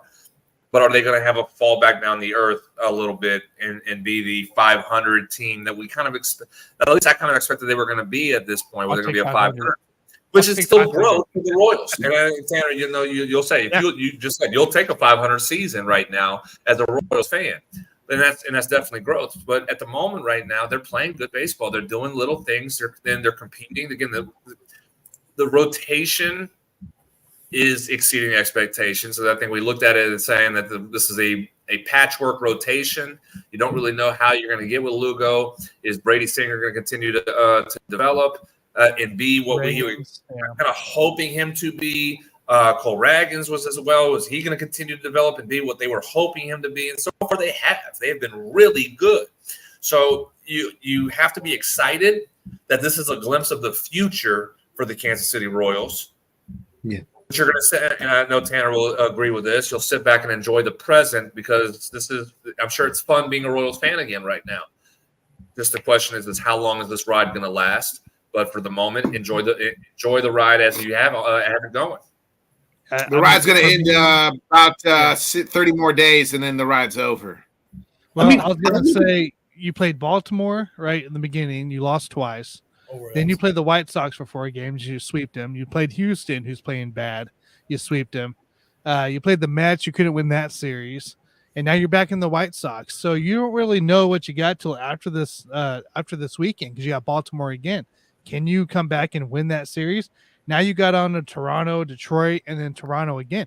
You got to win these series. If you don't win these series, what we're doing here is fun, but you're going to start seeing the trend come back into play. Sal Perez, like Carlos just said, is he going to be okay? I'm still unsure of where we're at still in the injury for Perez right now. Hopefully it's not a huge big deal, but let's say he misses a month. That's a big bad groin strain for Perez. What is it? Mild groin strain. Mild groin strain. I mean, at his age, that could take him out 2 or 3 weeks. So that could be an issue going into May. In particular for a catcher, that is a 3-week recovery time frame more likely. I mean can you first base too, but it's still an issue because you don't want him at either spot. I'm gonna say either spot. Right. I'm not wanting to deal with a groin injury because I can't stretch. Yeah. I can't go. You can't have him anywhere. DH, I guess maybe an extra bat every now and then. To Tanner and Jonathan, do you see the Royals as Orioles light in terms of how they're building the organization? No. Do you think they're on the same path as the Orioles? Young team. I think they're on a little bumpier path, but they're nowhere near what the Orioles have done the last 2 years. No, I need more time to really digest that because the prospects that the Orioles had developed very fast. It did. Very, very quick through. Whereas I'm looking at the Royals prospects right now, and their top 10, it says one prospect of their top 10 is estimated to debut in 2024, and that's Tyler Gentry. And he's their number 9 prospect. You have, obviously the number 1 prospect, Blake Mitchell, was drafted last year. He's 2027 more likely, kind of, or a few years down the road. Caden Wallace, 2025. Ben Kudra, 2025. Frank Mazzucato, 2025. So there's a little bit more time frame right now with some of these prospects in Kansas City, whereas you're almost forcing prospects in Baltimore to stay in AAA because you don't have room for them right now. They would be up in any other club, any other ball club.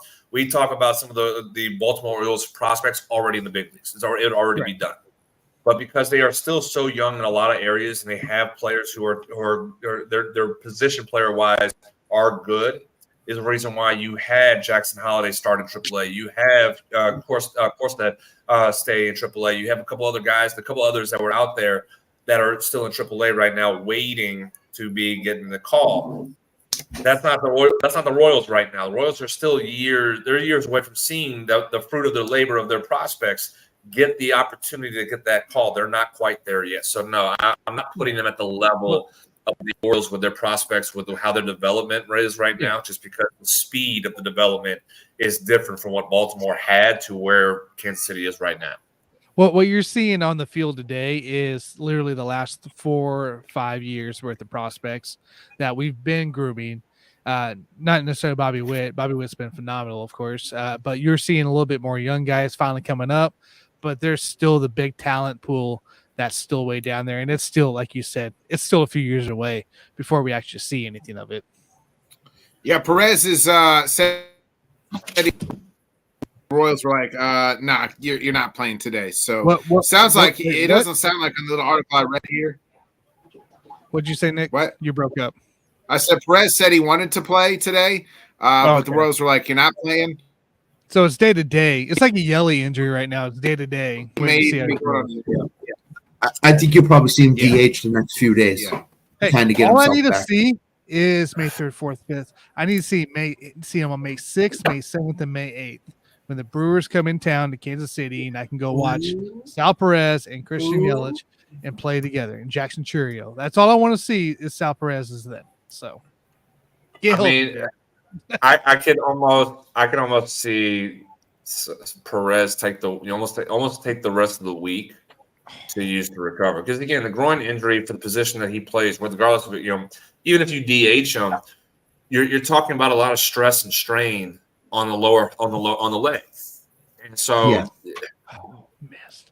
at this point, I'm watching the Brewers game here, and there was a broken bat. Right, and almost nailed the pitcher as the bat main barrel was coming across, and he like matrix six. So I thought he got hit for a minute. That was wow. Man. Oh.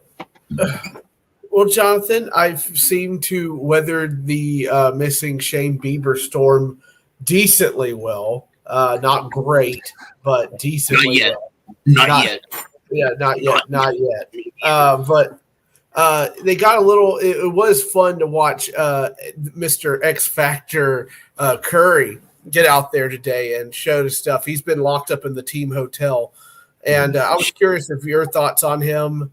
If he could, I think he's going to be good depth, is what I'm saying. I was seeing what you thought about that. Before you go, Jonathan, I looked at the box scores this weekend, especially against the Yankees. They're walking a ton of hitters. Yeah. They're starting pitches. Carrasco had 8 walks, I think, on Saturday. Oh, yeah, and McKenzie, I think, had 2 more than he did. He's awful. God, he's bad. What the heck? What are they doing in Cleveland right now with their pitching staff? I don't know. If I see McKenzie on the back of the jersey, I'm just going to say, well, good game. I'll see you next game. It's so bad. I hate him so much. But Curry did well today, so that gives me some hope. He pitched really well today. He's been out sick, locked away somewhere, and 11:30 is a hard start time. And I thought he did well, and hopefully he can provide depth, and hopefully BB will pitch well tomorrow, and it won't be so bad. Yeah, look, Xavier, he 5 innings, 3 strikeouts. He had a 0.60 WHIP. I mean, those are good numbers for your first start of the season, for your first opportunity to kind of to climb in and see what you can do. That is encouraging. That is encouraging for a pitching staff that has been really hit hard with injuries over the last 2 years. And again, as you said, Tristan McKenzie, at this point, can you trust him? Can you trust him to be the starter that you need him to be? Tanner Bibby's kind of the same thing. He's been up and down. Logan Allen been up and down. Carlos Carrasco up and down. So having someone at least go in and give the ball, and he actually was pretty stable throughout for 5 innings, that's encouraging. And I think it's what you kind of need for a pitching staff. You need to see one pitcher go and do their job, and kind of think, okay, so that means I need to do the same thing and, go 5-6 innings, give us a chance to win a game. And then the next guy does the same thing, and the next guy does the same thing, and so on. And that's what you have with a good rotation. So at this point, Curry did his job. And I think everybody in Cleveland, I know you, Sam, for one, or like, as you saying, you're very encouraged to see a guy who hasn't been able to be a starter as much, get that opportunity and do something with it. So you're weathering the storm right now, but how much longer, I guess, in a way, and I'm not trying to bring down the optimism here for you. No, I get you. How much longer can you hold before the storm, makes you flood? And that's a big question for Cleveland right now, because McKenzie has to pitch better. That is the guy that has to be the one that is at this moment carries your rotation. And right now in 3 starts, 1 and 2, 6.23 ERA. 1.77 whip. That's not good enough. That is definitely not going to be good enough. Tanner Bibby, 3 starts, 1-0, 5.93 ERA, 1.83 whip. Not going to be good enough. Logan Allen, 2-0, but a 5.06 ERA with 17 strikeouts and 1.36. Numbers are a little bit better, but it's still a struggle to have. And you said Carlos Carrasco, kind of, better ERA, 3.55, but he hasn't gotten the wins that you were hoping to have with him, knowing what he brings to the rotation as a veteran of this rotation. You haven't gotten the full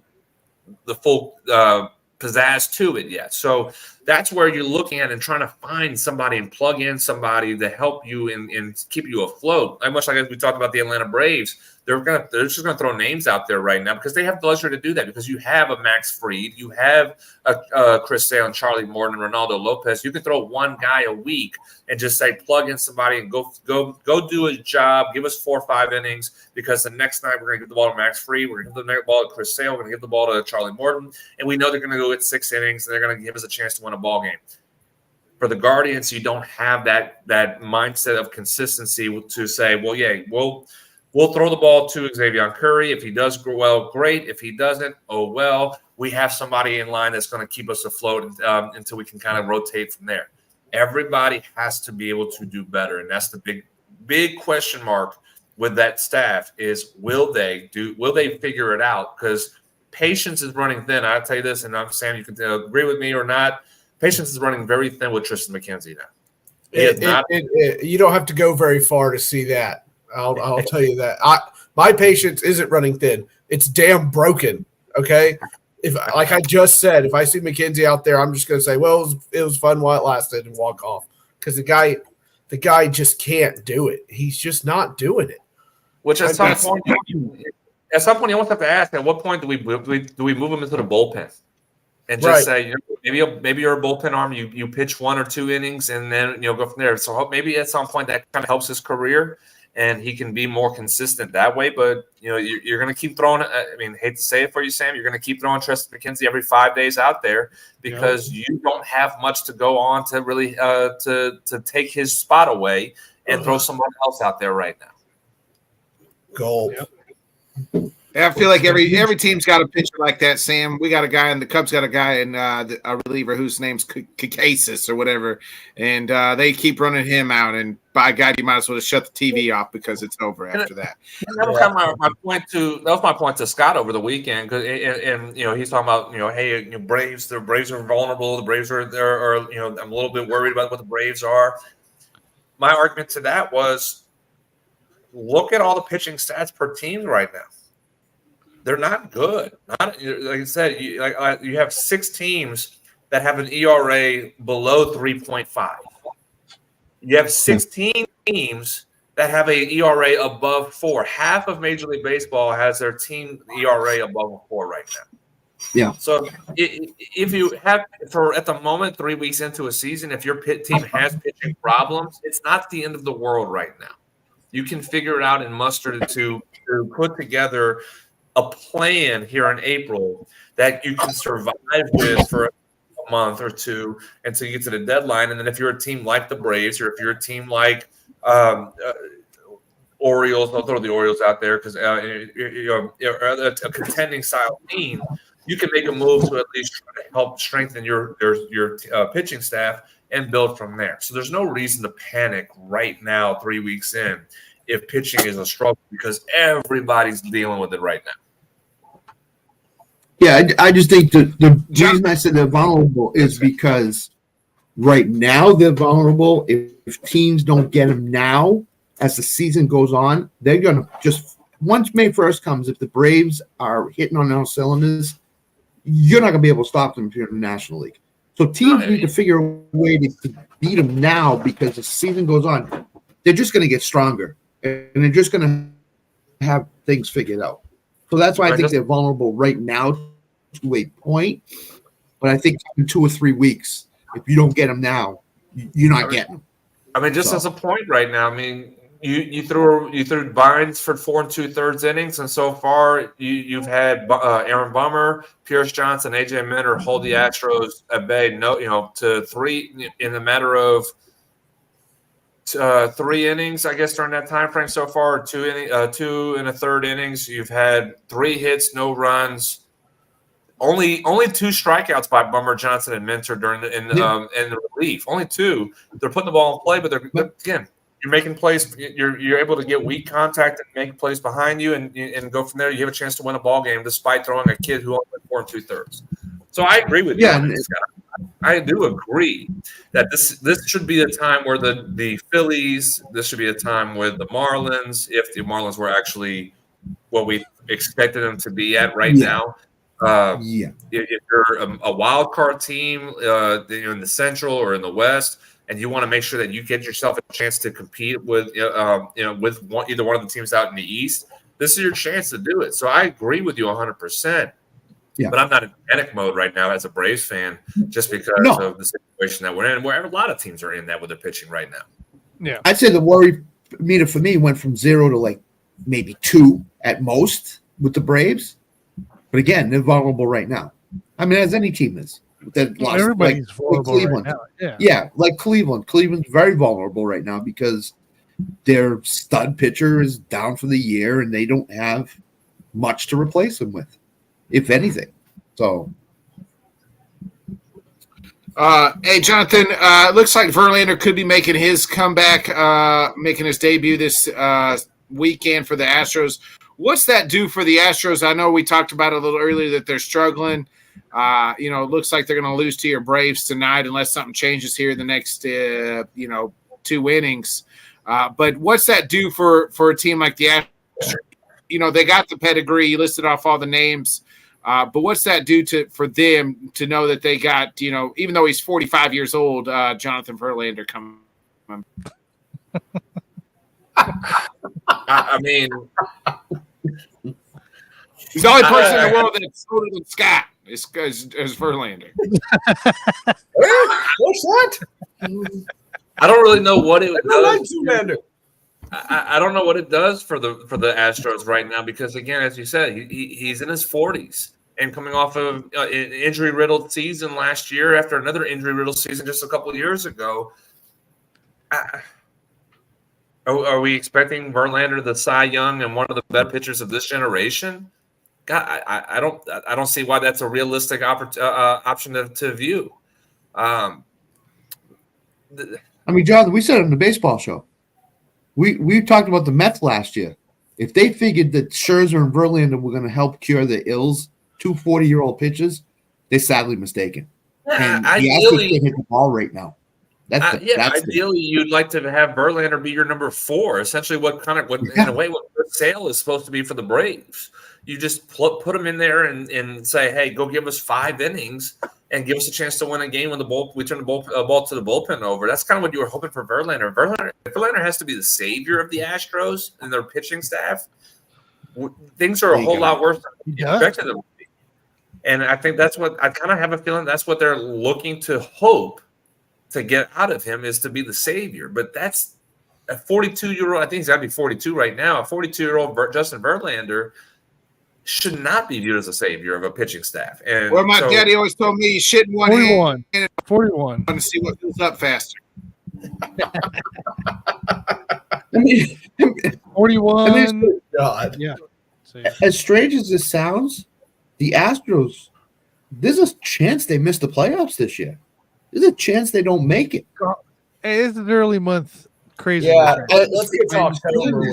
This is 1 month crazy. Not even a month in. You could get so far behind that it's almost impossible to get out of the hole that you've created. And they're 6-12 right now. They could be 6-13. I mean, 6-11 right now. The Phillies put themselves in a horrendous situation first half of baseball last year. And look what they did coming into the second half. No, agreed. But White Sox fans, you still got some hope. White Sox fans and Rocky fans, you still got some hope. But I think the difference between the Phillies last year to what the Astros are this year is there is no Aaron Nola and Zach Wheeler on the Houston Astros. Yeah.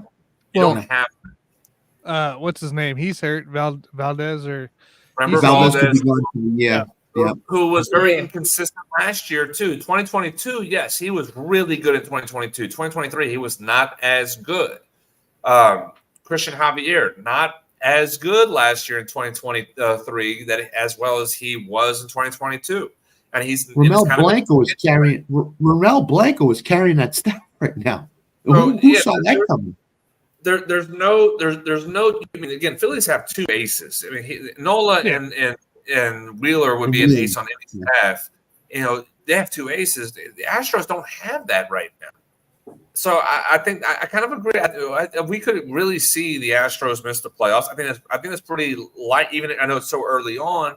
That's a likely scenario we have to have, just because I don't trust what the Astros have in their stable right now in the rotation. And again, I'm not sitting back thinking that Verlander has been drinking the fountain of youth during his rehab start, and we're going to see Justin Verlander from 10 years ago and just absolutely dominate, the major league hitters. I don't think that's the expectation that should be. If he was the number 4, number 5 starter in this rotation, different story, different situation. But because he's going to have to be looked at as the de facto ace. And that's a problem for the Astros, I think. Hey, Tanner, the Oakland, Sacramento, Las Vegas A's might put them in the rearview mirror pretty soon here. It's just the athletics. Just the athletics. That's all it is. That's right. Only Oakland. Just the athletics. There's no city name after this season, so it's just hold on, Scott. Did you add Salt Lake City? Oh, Salt Lake City too. I forgot about that. Yeah. It's the reverse Washington football team, right? Look, there's 3 teams you can't trust in their division, and that's Seattle, the Angels, and the A's. So I think Houston has very much a chance if they can just get healthy in the pitching side and figure life out there. Oh, I agree. But if they put themselves behind the 8 ball too far, again, they're not the team that they were Cardinals, even 2 Cardinals years did ago. this to us 2 years ago. 2 years in a row. 2 years ago, right? Yeah, and the Astros did it last year. Obviously. But like 2 years ago, like teams can do this. Like I'm not counting them out at all until I think Nick and I agreed after the All-Star break we started downgrading them a little bit. Is this okay? Year, is this like the Blackhawks 10-year plan? This is after the All-Star break in terms of cutting teams out. No, we already know they're out. Yeah. We already know the Blackhawks are out. Yeah. So Salt Lake City could get a baseball team. And Salt Lake City could also get the Coyotes, the hockey team. No, they are getting the Coyotes. They are getting the Coyotes. Biringer said it's pretty much official. Coyotes too. Which My stupid. The Mormons are going to be soaking in the hockey and soaking. You know what I mean? That's the biggest bunch of white trash I've ever seen. Do you think Salt Lake City can handle the A's? Yes. Do you think they can handle all these? No, I think it was the hockey team or baseball. A's are going to Vegas. Let's be real. So they had to choose one of the other. You think the A's are going to Vegas? They're already filing copyrights and all that stuff in the. Oh, okay. They're starting to okay. They're going to Vegas. You have to take into account.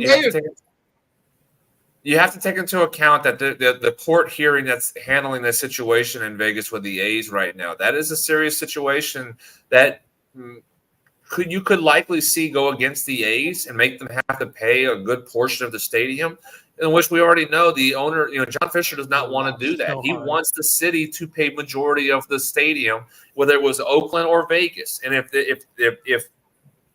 if they make the owner have to pay for the stadium and not the city, I could see him pulling out. I could see the situation really crumbling underneath the A's because of that court hearing that's going to be. Because we talked about this last week with Scott and Allen. The citizens of Vegas do not care, and nor do they want the A's to be in Vegas. So even the mayor said, "Get the fuck out." The mayor said, "Hell no." The citizens basically, it was majority voted that said they did not want them there, and then it was 17% of voters said they don't even care if they come. So you're talking about almost 70% of the citizen voters in Vegas doesn't want the A's to be in Vegas. So if that's the case and things do fall apart on that, Salt Lake City does want a baseball team too. They do. And so even though they got the Coyotes coming, the Coyotes are coming, you could really see the A's moving to Salt Lake. You build a dome stadium in Salt Lake City. You have the A's to be able to be there for that. because expansion's coming. You know that. Yeah. Rob Manfred has spoken about expansion coming out, and yes, Sam, you're going to get a Nashville team here pretty soon. That's Come to inevitable. daddy. That is Come to absolutely daddy. inevitable to be It'll done. be the Royals. Team that's out there, you're going to have to put a team out. Yeah, west. could be. I take your team, Tana. I take your team. I'll put this. Even if Vegas does take the A's, Salt Lake City is going to get a team. If you put one in the East as part of the country, you're going to have to balance out putting one in the West. So Salt Lake City is going to get a team at some point, because I don't see any other cities in the western side of the country that can fit to hold a major league team. Portland's not going to do it. They don't. It will not. Yeah, that's talk is cool. Yeah, way too many issues with the city. On top of it's not big enough to really hold. They only have one team out there, and that's the Trailblazers. Sacramento, I don't think Sacramento really cares enough to want a major league team. This is kind of proving what is going on with the A's, that they don't. If the A's show up, whatever, they don't really care. So where do you fit another major league team in a western side of the country city? Salt Lake City. Salt Lake would be the ideal scenario for that to happen when expansion does take place, if the A's do in fact go to Vegas. I think the city of Las Vegas would rather an expansion team, and they can just start anew and be able to have the person they want to run the team and then be able to do business with, not someone who's a shady business owner who's already screwed one city in Oakland. I think they would rather have the expansion team, but it may not work out that way. And Salt Lake City could get the expansion team when they go down that road in the next 5 years. Is there more money for MLB in an expansion franchise than there is for the A's moving to Vegas? Yes. Yes, it is. Again, you're expanding your market to another two teams. So you have to you have to have two more teams. So you have to go to 32. Which again, the NFL has 32 teams. We've heard the NBA talk about expanding to 32 teams as well. It keeps things balanced throughout the leagues, both the National and the American League. So you're expanding your footprint. I mean, just like in any business that you remember, they're franchises. They're franchise businesses essentially. So it's no different than what you see in your local restaurants that are a franchise. So the more you expand out, the more revenue you're bringing in, the more that you're able to handle. It's no different for that with a major league team. So yeah, Major League Baseball. That's why they've been talking for so many years about expanding out the league to increase their footprint more so. Moving to Vegas, obviously you're getting one of the bigger cities in the western side, obviously, that you don't have in yet, that is thriving in sports, and that is Las Vegas. So that's why Major League Baseball does want to add that city. But I think expanding it's a fitting. The A's will be played in a minor league stadium next year because they're a minor league team. And if Salt Lake City gets a baseball team, man, they're going to be so soaking, and then soaking what they like to soak in, soaking in hockey and baseball. So, Jonathan, before we get you out of here, what do you got? What's that first place team of baseball you got going on this weekend? Dish, Grish, dish. Yeah, we're getting things ready. We have a very big series this weekend against the number 3 team in Arkansas. South Ark Community College. We were able to play only 2 games against them earlier this year. We got rained out in game 3, so we have a 4-game set with them this week.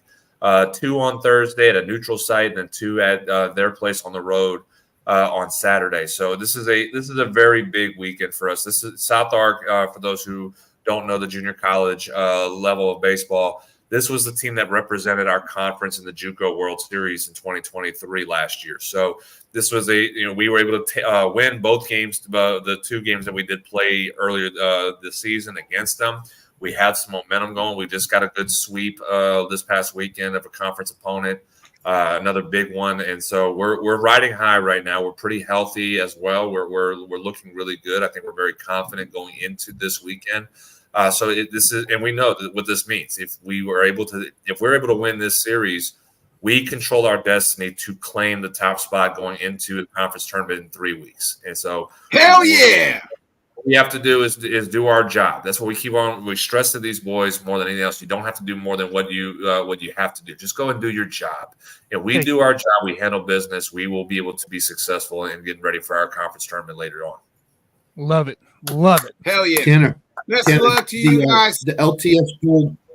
Hold on before it goes. The LTS Gold card. Are you going to spring for all of us for a trip to the JUCO World Series? Yeah, man. We already said we're coming. We're going to pack the Winnebago that way. I ain't paying, but we're going to figure it out. Yeah. Hey, Jonathan. You beat an exit ago. That's awesome. I'm hoping we make that work. I'm hoping we make that work to where we get there and have all you guys out to Oklahoma, to be able to come out and Enid and see. Hey, I'll take. We'll paint our shirts. Take my shirt off while paint our shirts. Oh God. I'm so pale. I'll blind them, bro. I'll blind them. I got a moon burn once. What was that? I couldn't see the flying ball. That was not. There is for y'all. So you do UARM. And make that work that way. So I mean, we can make that work and figure that out. We'll get one more, so Nick can be this exclamation mark because he's the tallest of us all. So.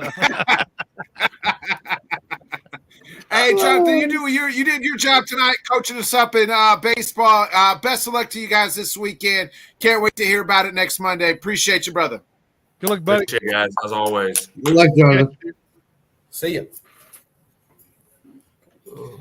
Alan will join us. He said that's like 2 hours from. Anyway, let's go. There's a lot of shirtless men. Final thoughts. Sam. Final thoughts. Final thoughts here. You always have these guys you think are just going to be around forever and ever. We're losing Vern Lundquist, the guy that's been around, broadcaster for so long. You've heard his voice since 1974, various channels, various things. I knew him as a voice, a big-time play-by-play guy in the SEC. And I started thinking about guys like that, the John Maddens, even outside of sports, David Letterman hanging it up. These guys, you think they're going to last forever, but they don't. So you really, really ought to enjoy them while you can, because they'll be gone one day. And who knows if the next guy is going to be as good as they are. So Vern was fantastic. Got a little teary-eyed at the Masters call at his last one. Good for him. Well-deserved retirement. But enjoy these guys while you got them. Amen to that, Sam. Tanner, final thoughts? We'll say we'll have a fantasy episode dropping Friday this week on Basement Brew Fantasy Football. Big episode on the Buffoons this week. We did not have a show last week. So this week we're loaded up with NFL Draft, of course, coming up next week. We'll be doing our Buffoon show then because we'll be off the NFL Draft week. We're talking NBA playoffs once again there. We'll see what craziness JG brings to the table, as always. So can't wait to hear that. I'm sure it'll be about who's the better player from Akron. But we'll save that for later. It happens every time we talk NBA. I know a guy who knows talent from Sacramento State. If you're interested, so. All right, I'll make sure you put that in the comments when you join, Scott. Outside of that, my hit St. Louis this weekend. Nick, I already messaged you on it. So watch the Brewers and Cardinals. It'll be my third ever MLB stadium. So I've gone to the K, of course, up there in wonderful Milwaukee, and so St. Louis would be a stadium I've not been. I haven't been to really any stadium, so that'll be my third MLB stadium. Kind of excited if I get to go. My dad and I are going to go see my brother, of course, and I texted Nick and try to get him up for one of the games. So it'll be a fun time. Hopefully, it sounds like pretty decent weather, not too hot at all. So it should be good. Yeah, this weekend's supposed to be high 70s. So yeah, not too hot. Also, Tanner, people shouldn't look up dolphin porn and get their Twitter taken away. Am I right? Yeah. Is that what happened? Yeah, I think so. You tell me. You tell me, Tanner. It was Tanner. something else. Damn it. Scott, any final thoughts? Twitter handle, by the way, new Twitter handle. I don't think I can follow what Sam just said, so I just can't do it. No, fun show is always Monday night. Sorry Jim couldn't hop on. I know he's got other duties with his other jobs, other full press hockey and stuff. Nice. So StreamYard. looking forward to him Monday night. Again, Johnny Cruz, our 5th member. Hopefully he's doing okay. Reached out to us today, so thank goodness he's around and stuff like that. But again, enjoy the shows. If there's something on there for everybody. NFL draft rumors, do not believe any of it. Just don't believe it. Don't. If you think your team is getting a stud player in a trade or something, don't believe it. Don't. Just don't.